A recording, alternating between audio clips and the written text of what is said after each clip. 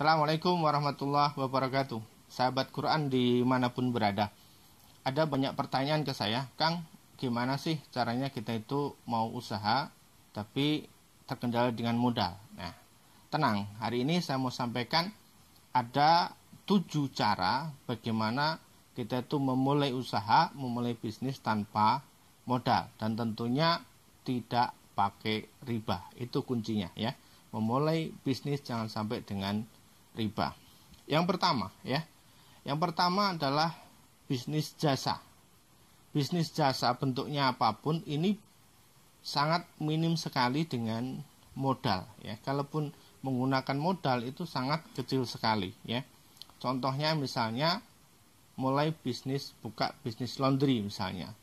Tapi nggak punya mesinnya, Kang. Ya sudah, kerjasama dengan pemilik laundry, tanyakan harga per kilonya berapa, kemudian kita bisa nego ya. Kalaupun kita bisa bawa sekian kilo, itu nanti dapat harga berapa. Lalu kemudian kita bikin brosur atau kita bikin pengumuman, kita bikin promosi lewat WhatsApp ataupun lewat online untuk zaman sekarang ya. Kemudian banyak juga yang dilakukan oleh teman-teman yang lain, misalnya mereka yang punya mobil, dibukalah jasa iklan ya. Jadi mobilnya itu di branding oleh produk tertentu dan kemudian nanti mobilnya dipakai untuk wirawiri ya, kemana saja. Itu juga termasuk tanpa modal ya. Nah, ada sedikit cerita yang pernah saya lakukan dulu ketika saya masih sekolah SMP ya. Saya sering sekali dimintai tolong untuk mengantarkan surat ke pos ya. Kantor pos waktu itu masih sangat ideal sekali kantor pos itu, dan ketika itu masih menggunakan perangko. Lumayan satu surat ketika itu saya diberikan upah kurang lebih 3.000 sampai dengan 5.000 ya, karena kebetulan kantor posnya adalah di dekat dengan sekolah saya. Kemudian pernah juga ketika saya SMA itu diminta untuk sebar brosur ya. Sebar brosur salah satu bimbingan belajar ke beberapa sekolah di kecamatan tersebut. Itu juga lumayan ya hasilnya. Saya dapat kurang lebih 180.000 ketika tahun itu untuk menyebar di 6 sekolah ya. 6 sekolah yang ada di kecamatan tersebut untuk SMP dan SMA. Lumayan kan, tanpa modal juga itu.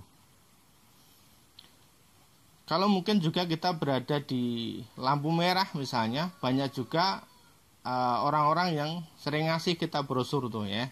Brosur apa mungkin brosur biar kurus atau brosur biar gemuk dan sebagainya ya. Nah, mereka yang nyebar itu adalah jasa sebar brosur ya. Jadi pengusaha atau satu produk tertentu minta disebarkan brosurnya. Nah, itu ada jasa yang seperti itu. Boleh ditiru juga ya. Kemudian untuk di zaman online ini ya, ini bagi orang-orang yang sudah punya follower banyak, mereka membuka endorse ya, endorse produk tertentu. Ini juga lumayan hasilnya. Satu produk nanti sekian ribu atau sekian juta. Itu ya, ini yang followernya banyak baik di Instagram ataupun di YouTube ya. Kemudian ada juga jasa kelola website dan sosmed. Nah, bagi orang-orang yang sibuk dan juga perusahaan-perusahaan yang sekarang mereka harus mengikuti perkembangan zaman untuk online, ini mereka sekarang juga pakai jasa, yaitu untuk ngotak-atik website dan juga sosmed mereka. Ini juga dibayar ya. Ini juga tanpa modal lagi. Kemudian ada juga bisnis antar jemput anak sekolah. Nah, ini sebelum pandemi cukup ramai, tapi kalau setelah pandemi kan tidak ada anak sekolah ya. Tapi kemarin sempat ada ya, satu orang bisa dalam satu hari dapat 3-4 anak antar jemput. Ini lumayan ya. Kemudian yang tanpa bisnis lagi juga ada bisnis kurir ya, jasa pengiriman. Ini juga sangat minim dengan modal. Nah, bisa dilakukan. Ya, jadi yang pertama tadi adalah bisnis jasa. Ini sangat minim modal dan bahkan tanpa modal sekalipun kita bisa lakukan.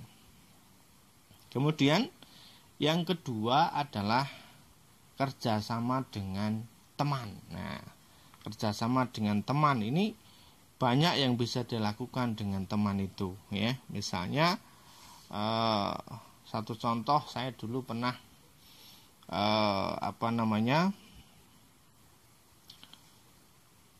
ketika saya SMA itu saya di drop barang, ya, baik itu aksesoris dan juga buku-buku tentang bacaan Islam. Nah, saya sering kalau kemudian di sekolah saya ada event pengajian, nah, saya buka di situ pasar.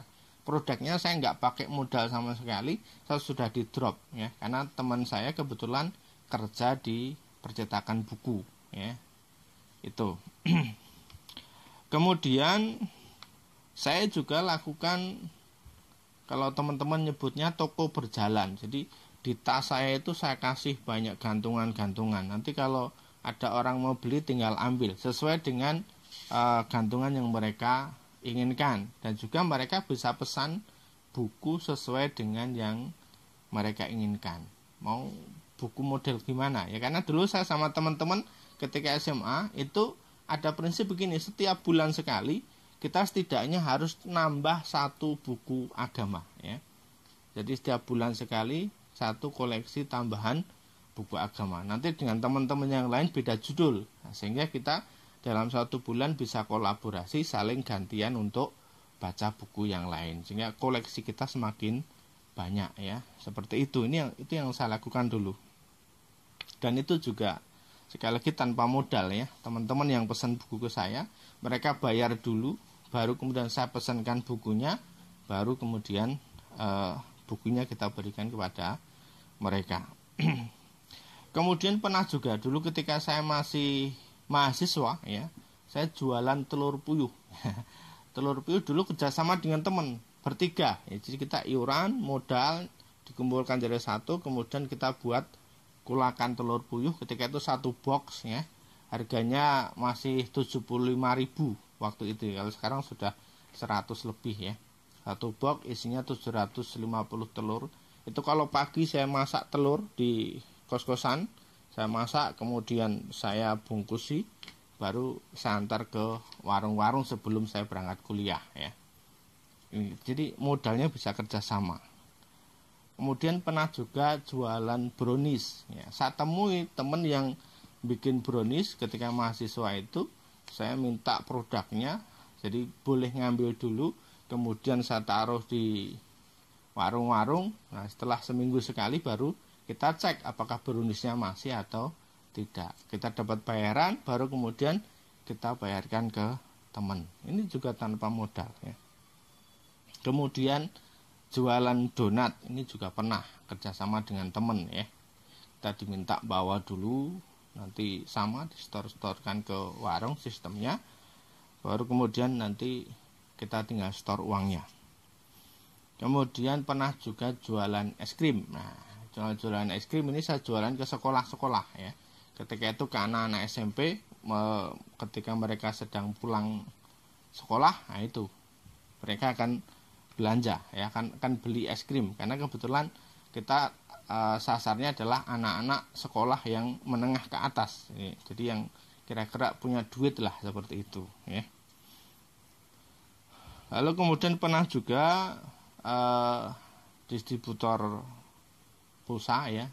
Ini keagenan pulsa pernah juga kerjasama dengan teman, modalnya dari teman. Kemudian pernah juga buka counter HP, ini modalnya cukup lumayan, 30-an juta sampai dengan 50 juta, itu pun juga semua dari teman, ya, bukan dari saya modalnya. Jadi sistem kerjasama dengan teman, ini yang kedua, ya. Maka perbanyaklah teman. Kalau temannya belum banyak, cari biar banyak, ya. Seperti itu, ya, kuncinya. Lalu yang ketiga yaitu menjadi dropshipper, ya. Menjadi dropshipper ini juga nyaris tanpa modal. Paling kita hanya keluar kuota saja, ya, buat nawar-nawarin produk, buat promosi di sosmed, di Facebook dan sebagainya ya. Jadi kuncinya adalah kita nembung dulu, kita ngomong dulu kepada supplier, bolehkah saya menjualkan produknya gitu ya. Jadi izin dulu. Karena yang terjadi banyak problem adalah para reseller ataupun dropshipper itu tidak izin dulu kepada supplier, main ambil gambar kemudian ditawarkan ya. Ini tidak boleh, maka harus izin dulu. Kalau sudah diizinkan maka silakan, boleh ya, boleh kemudian menawarkan. Tentu kita harus memilih supplier yang baik. Jangan sampai kita milih supplier yang nggak benar ya. Karena ada ya supplier yang nggak benar, pesanannya warna merah dikirim warna hijau. Ini nanti yang dikomplain adalah dropshippernya, penjualnya ya, yang menawarkan. Jadi sistemnya cari supplier yang bisa dipercaya. Lalu kemudian tugasnya kita hanya menawarkan saja. Baik itu secara online ataupun secara offline ya. Secara offline juga bisa ya. Ada di Jawa Timur ketika itu dia nggak punya produk, temennya tetangganya itu ada yang punya puyuh dan punya telurnya, telur puyuh maksudnya, ternak puyuh ya. Lalu kemudian lalu dia kemudian izin sama tetangganya untuk menjualkan. Nah, baru kemudian dia pasang di online dan kemudian dapat orderan sekian kontainer ke luar Jawa. Ini luar biasa ya. Lalu kemudian yang keempat ya, yaitu adalah sistem pre-order ya. Jadi sistem pre-order itu kita buka kebanyakan untuk cetak buku misalnya seperti buku saya yang kemarin itu kita buka pre-order sehingga biaya produksi itu sudah ada dari teman-teman ya, seperti itu, sehingga kita tidak harus mengeluarkan modal tapi sudah dari teman-teman yang pre-order ya. Terima kasih ya teman-teman kemarin sudah pre-order. Tapi ketika mereka pre-order itu tentu kita berikan kelebihan dibanding ketika mereka tidak pre-order ya. Salah satunya adalah misalnya berapa bonus yang tidak didapatkan teman-teman yang tidak pre-order ya, seperti itu. Salah satunya adalah dari harga jauh lebih murah. Lalu kemudian bisa juga pre-order misalnya kita punya warung pre-order nasi box paketan seminggu sekali ya. Ini saya dapatkan ilmu ini dari Mas Arli ya. Mas Arli pernah menyampaikan, yaitu misalnya kita punya warung, kemudian kita cari pabrik, kita cari perusahaan yang mereka punya karyawan, kemudian kita cari orang-orang yang setiap hari makan. Nah, kita tanya 1-2 orang di situ, kemudian berapa sih ketika mereka makan sehari? Dikali dengan 7 hari mereka berapa, dikali dengan 6 hari ya, 6 hari mereka berapa. Lalu kemudian kita bisa tawarkan harga paket yang jauh lebih murah daripada mereka makan setiap hari dengan menu yang jauh yang sama minimal atau jauh lebih enak lagi. Setelah itu kemudian kita bisa tawarkan ke mereka itu paket gratis. Nah, caranya gimana? Caranya mereka bisa ngajak teman-temannya, kalau 10 orang bisa dapat gratis 1. Nah, ini luar biasa ya. Maka mereka nanti akan semangat untuk ngajak teman-temannya, teman-teman kantor untuk pesan. Sehingga mereka bayar dulu di depan, baru kemudian setiap hari akan dikirim makanan. Ini juga bisa ya, sistem pre-order tanpa modal ya. Kemudian ada juga yang kelima. Nah, ini modalnya pakai IMF atau kalau saya menyebutnya adalah POS ya.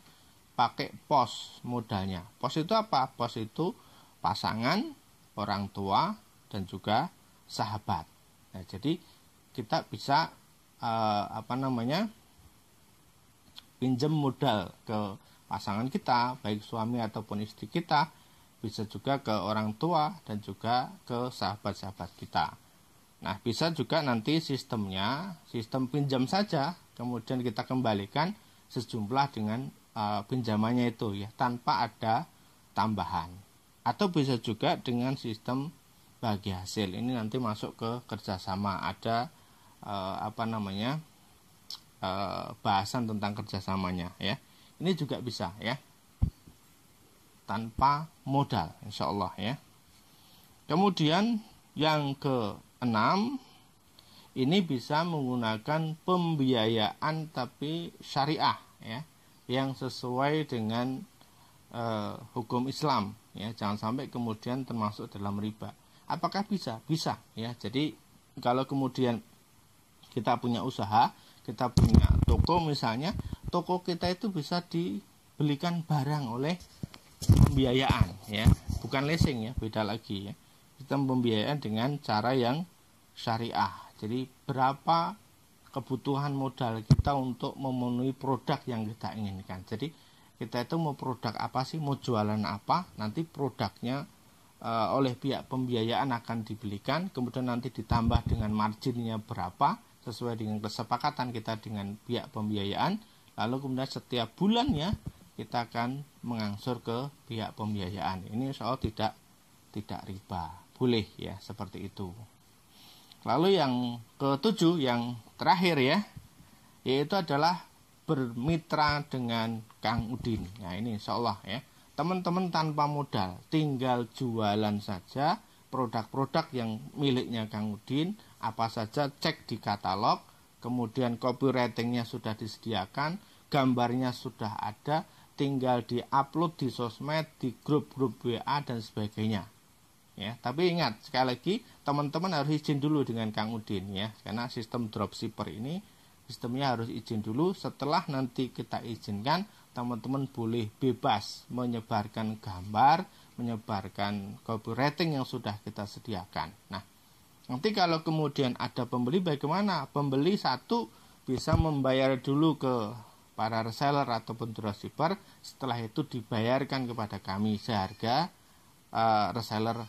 Kemudian bisa juga langsung customer itu transfer kepada kami, nanti kita akan berikan, kita akan potongkan sesuai dengan komisi untuk teman-teman semua. Sekali lagi, tanpa modal, solusi paling gampang ya, solusi paling gampang. Kita sudah siapkan katalognya, teman-teman tinggal cek di katalog, kemudian lihat gambarnya, kita sudah sediakan juga copywritingnya. Nah, terkait dengan bimbingan bagaimana, teman-teman boleh tanya langsung, ini gimana caranya. Nanti kita juga akan berikan tapi pelan-pelan ya, karena